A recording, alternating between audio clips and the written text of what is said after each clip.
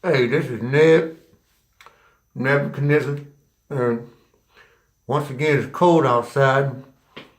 We've been on the ground working hard, and this one is called. I was asked. This guy wanted me to talk. He actually said, "Man, what happened when a young black guy is caught walking in a white neighborhood?" I thought it was crazy. Let me see if I understand exactly what you're saying to me, young man. You asking me what happens when a young black man is caught walking in a white neighborhood. Now, this is D.C. and this is Washington, D.C. And in these parts, I tell you, you hear silence go over the thing. I can probably tell you better by telling you a story better than I can. So you told him pull up and have a seat because it was going to take a couple of minutes to explain why why we was working when my cousin Jonathan was working on the carburetor over there for a few minutes. I told him go ahead and have a seat. I said this is gonna take a while. Well, I said this kind of goes way back in history when we talk about the concept of a ghost and a demon, and I talked about the example of this guy. I even knew this guy from 1955, whether 55 or 54, either 55 or 54. Hey, hey, Nathan, was that 55 or 54? When that boy at one time, that black boy got caught at one time walking on that white neighborhood. Okay, he believed it was 53, but he'd been drinking, so he might not know exactly what. I think it was 53. It may have been 52. But regardless, man, they told me that guy was walking down the street in this white neighborhood. And they said that fella was even looking for a white girl. And they saying that when obviously the authority figures was called, and this man is walking down the street, and a young fella, dark skin, really not aware too much maybe of the way things work.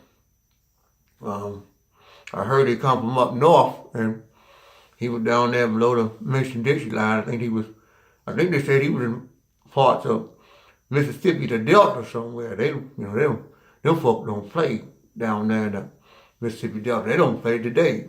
So this fella from up north, I think he come from New York somewhere, went down there to talking that borough talk, and because he had come from an environment where he was able to run things. I think he had played football, running back or something in high school, and he was still in part of his senior year, and he had went down and traveled down to parts of Mississippi with a girl who he had went down for a college visit. Everything about that boy played college football down there in that Ole Miss University or something like that. But he was down there for a visit. He got a chance to see the white girls. The white girls stay down there in Mississippi. And so they did what they call a phone contact. You got a phone number, on that old rotary phone when you dial somebody. That's where it was back then. They didn't have no cell phone. Send a guy a text message on Facebook or nothing like that. So the fella, I think they said that guy name was Bobby. Bobby went down, he caught the bus. He had to sit in the back. I guess he didn't know that, but he just kind of went on in the back without starting a problem. Maybe he didn't even know that they didn't even look at him a certain way, a healthy kind of a way, looked at him in a negative type of way. But Bobby ended up going out in the back, sitting on that bus, and not much was said to him. Maybe them folks recognized him a little bit from what they had heard from him coming from up north there from New York. And he got off the bus line and on top of the street, so he decided to walk down the street. She had offered to come pick him up with that old, what's that kind of a car they would have back in them days, the big body ones, one that gangster Al Capone them ride in. There you go, that's it. Yeah, one of them big old rides. And so he said, no, he walked down the street. because there was no way to get in contact with her, once he got there. So this fella didn't get 2 pesos or 2 steps, hardly down the street, but woo, woo, woo, woo. And he had the second foot was in the air. The first foot had landed, but that second foot was in midair and hadn't even come down on the concrete yet, going down that street before them police had pulled up. And certain sirens were going around and around like that. And Bobby didn't really know what was happening or what was going on, because where he come from, he was used to seeing people do things like steal and crooks and whatnot. A lot of traffic, people pickpocketing and whatnot. But there ain't that much traffic down here in Mississippi. Ain't a whole lot happening. And they just started getting concrete down here. So this man had ended up, police and authority figures asked him, they said, "Excuse me, what are you doing in these parts?" And this fella had the nerve to say, "I'm coming down to see my girlfriend Jen." And the authority figures looked at one another, and they knew this street, and he tried to give an address, and they knew exactly what the address was. But what this fella didn't know, that this police officer was related to the father of Jen.